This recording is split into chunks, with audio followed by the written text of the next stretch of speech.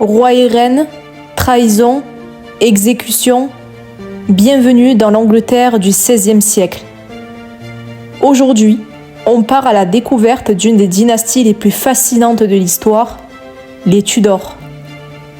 De la montée au trône d'Henri VII à la légendaire Élisabeth Ier, cette famille a bouleversé le destin de l'Angleterre et laissé une empreinte indélébile sur l'Europe.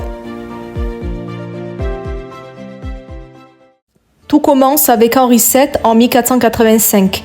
Henri VII, fils d'Edmond Tudor et de Marguerite Beaufort, est le premier roi de la dynastie Tudor. Son ascension au trône marque un tournant majeur dans l'histoire anglaise car il met fin à une période de guerre civile dévastatrice connue sous le nom de guerre des Deux Roses, un conflit dynastique opposant les maisons de Lancastre et de York. La guerre des Deux Roses fut une série de conflits entre deux familles nobles rivales, les Lancastre, symbolisés par une rose rouge, et les York, symbolisés par une rose blanche. Ces deux familles se disputaient la couronne d'Angleterre. À la fin de cette guerre, les deux maisons se retrouvèrent dans une impasse avec la mort de nombreux prétendants légitimes au trône. Et c'est là qu'Henri Tudor, un descendant de la maison Lancastre, entre en scène. En 1485, Henri Tudor se proclame roi sous le nom de Henri VII après avoir vaincu le roi Richard III de la maison de York lors de la bataille de Bosworth. Cette bataille fut décisive, non seulement parce qu'elle renversa Richard III, mais aussi parce qu'elle symbolisait la fin d'un long conflit pour le trône avec une immense stabilité à venir pour le royaume. Pour consolider son pouvoir et unir le pays, Henri VII épouse Élisabeth d'York, la fille d'Édouard IV, et donc une descendante directe de la maison de York. Leur mariage en 1486 est un geste stratégique pour symboliser l'union des deux maisons rivales. Ce mariage fait d'Henri VII le premier roi de la dynastie Tudor et leur fils, Henri VIII, devient par la suite l'héritier légitime de deux maisons puissantes, ce qui permet de stabiliser son règne et d'éviter de nouveaux conflits internes. L'union entre les Lancastre et les York à travers ce mariage fut marquée par la création d'un nouveau symbole, la rose Tudor. Ce symbole combine la rose rouge des Lancastre et la rose blanche des York, représentant la fin de la guerre et la naissance d'une nouvelle ère de paix. La rose Tudor deviendra l'emblème de la dynastie fondée par Henri VII. Le règne de Henri VII est marqué par l'établissement d'une stabilité politique, la gestion rigoureuse des finances et la fondation d'une nouvelle dynastie qui va perdurer pendant plus d'un siècle avec les Tudors. Mais le Tudor le plus célèbre, c'est bien sûr le fils d'Henri VII, Henri VIII. Henri VIII, né en 1491, succède à son père Henri VII en 1509.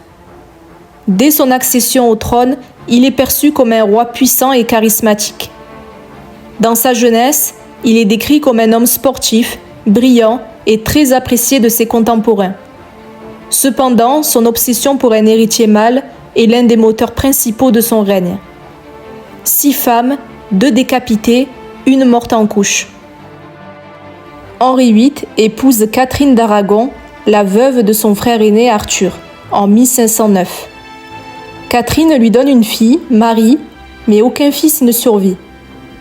À cette époque, un héritier mâle est crucial pour la pérennité d'une dynastie et Henri VIII commence à chercher des solutions pour obtenir un tel héritier. En 1527, Henri est désespéré et commence à chercher un moyen d'annuler son mariage avec Catherine d'Aragon, qu'il considère comme inféconde. Il espère ainsi épouser Anne Boleyn, une jeune courtisane à la cour qui pourrait lui donner un héritier mâle. Henri VIII demande donc l'annulation de son mariage avec Catherine d'Aragon, mais le pape Clément VII refuse de lui accorder. En effet, Catherine est la tante de Charles Quint, l'empereur du Saint-Empire romain germanique, et l'Église catholique ne veut pas froisser cette importante figure politique. Le refus du pape d'annuler son mariage est le déclencheur d'une rupture avec Rome qui changera à jamais la face de l'Angleterre. Face au refus papal, Henri VIII prend une décision radicale. En 1534, il se proclame chef suprême de l'Église d'Angleterre, fondant ainsi l'Église anglicane. Cette rupture avec l'Église catholique romaine est l'un des événements les plus importants de son règne et marque un bouleversement religieux profond qui affectera toute l'Angleterre et l'Europe. La fondation de l'Église anglicane est avant tout motivée par la volonté d'Henri VIII d'avoir le droit de divorcer et de se remarier pour avoir un héritier mâle. L'acte de suprématie lui permet de divorcer de Catherine d'Aragon et d'épouser ainsi Anne Boleyn en 1533. Anne lui donnera une fille, Élisabeth, mais aucune garantie de succession mâle. Le parcours marital d'Henri VIII est marqué par des révolutions et des tragédies. Catherine d'Aragon. Leur mariage dure plus de 20 ans, mais Catherine ne parvient pas à lui donner un héritier mâle. Henri la répudie après une longue bataille pour obtenir une annulation de mariage. Anne Boleyn. Bien qu'elle lui donne une fille, Élisabeth, Anne ne parvient pas à lui fournir un héritier mâle. Accusée de trahison, d'adultère et d'inceste, elle est décapitée en 1536. Jane Seymour. Jane donne enfin à Henri un héritier mâle, Édouard VI, mais meurt peu après l'accouchement. Elle est la seule femme à être enterrée à ses côtés à Windsor. Anne de Clèves. Leur mariage est annulé rapidement, après 6 mois seulement, Henri la jugeant inesthétique. Elle et Henri restent en bons termes et elle reçoit des terres et un titre honorifique. Catherine Howard. Jeune et belle, Catherine est accusée d'adultère et d'inceste. Elle est décapitée à l'âge de 19 ans, moins de 2 ans après son mariage avec Henri. Catherine Parr. Catherine survit à Henri et se remarie après sa mort. Elle joue un rôle important dans la réconciliation d'Henri avec ses enfants. Henri VIII n'a pas seulement changé la structure politique et religieuse de l'Angleterre, il a transformé le rapport de la monarchie avec le peuple et avec Dieu, un héritage dont ses successeurs, notamment Élisabeth Ier, hériteront. Le prince Édouard, fils d'Henri VIII et de Jane Seymour, né en 1537. Il devient roi d'Angleterre à seulement 9 ans, après la mort de son père en 1747.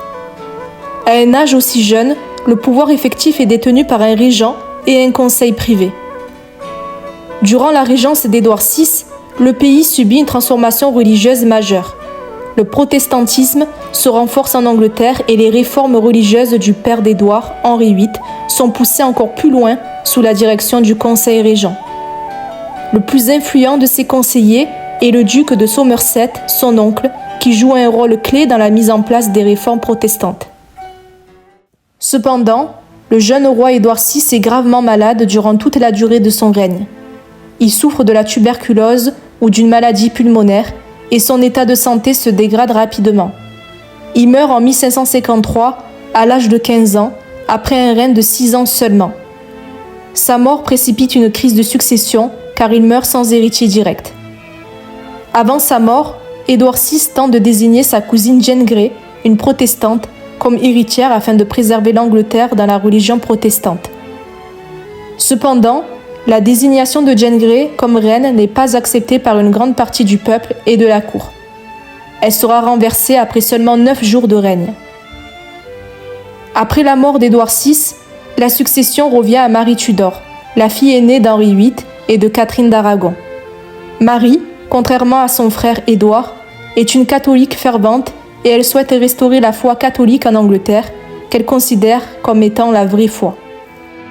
Marie monte sur le trône en 1553 après la chute de Jane Grey. Elle cherche immédiatement à inverser les réformes protestantes instaurées par son père et son frère. Et elle commence par établir le pape comme autorité religieuse suprême en Angleterre. En 1554, Marie épouse Philippe II d'Espagne, un mariage politique qui consolide les liens entre l'Angleterre et l'Espagne, mais qui est mal vu par une partie de la population anglaise qui n'apprécie pas vraiment l'influence étrangère. Marie Ier, dans son désir de restaurer la foi catholique en Angleterre, lance une série de persécutions contre les protestants. Environ 300 protestants sont brûlés vifs sur le bûcher pendant son règne. Ces persécutions lui valent le surnom de Marie la sanglante ou Bloody Mary en anglais. Le règne de Marie Ier est malheureusement très court. Elle meurt en 1558, à l'âge de 42 ans, après avoir régné pendant seulement 5 ans. Elle meurt sans héritier et laisse derrière elle une Angleterre profondément divisée sur la question religieuse. Sa mort précipite l'accession au trône de sa demi-sœur Élisabeth Ier, qui incarne un changement radical.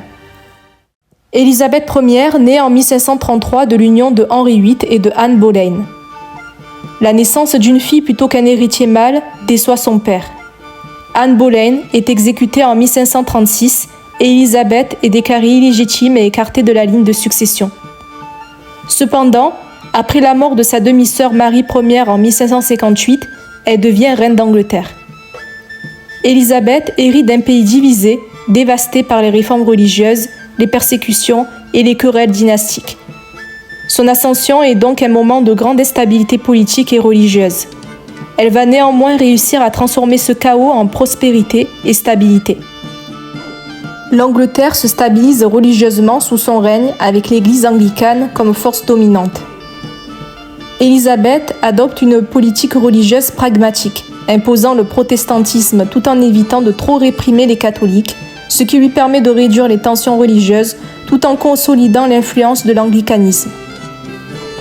Surnommée la Reine Vierge, Élisabeth n'a jamais épousé de prince, malgré de nombreux prétendants et des propositions de mariage venant de toute l'Europe.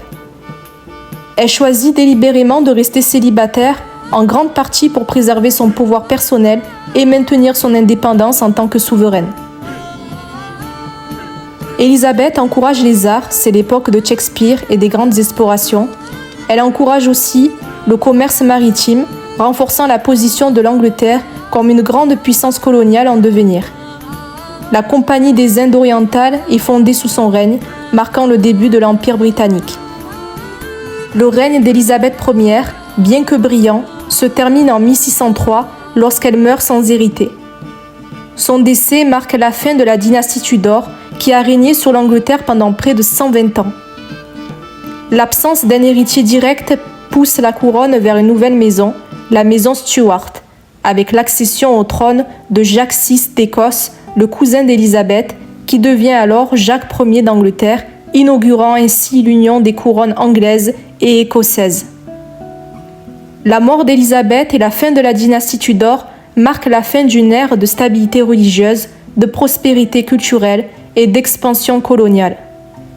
Bien que sa mort laisse l'Angleterre dans une situation de transition politique, son héritage perdure à travers les siècles, avec l'Angleterre devenant progressivement l'une des puissances dominantes du monde. En conclusion, les Tudors, c'est une saga pleine de passion, de pouvoir, de sang, mais c'est aussi une époque de bouleversements profonds religieux, politiques et culturels. En semant 3 générations, ils ont redessiné l'Angleterre et changé à jamais le cours de l'histoire. Alors la prochaine fois que vous entendrez parler d'Henri VIII ou d'Élisabeth Ier, souvenez-vous, derrière les portraits figés, il y avait des êtres humains, complexes, imparfaits, inoubliables. C'est ici que se termine cette vidéo sur la dynastie Tudor. J'espère que celle-ci vous aura plu et que vous aurez surtout appris des choses. N'hésitez pas à me partager vos impressions en commentaire. Et bien entendu, si vous avez aimé cette vidéo, n'oubliez pas de liker, de vous abonner et d'activer la petite cloche pour ne rien manquer de nos prochaines vidéos sur l'histoire. Merci d'avoir voyagé avec moi. Quant à moi, je vous dis à très vite pour de nouvelles histoires.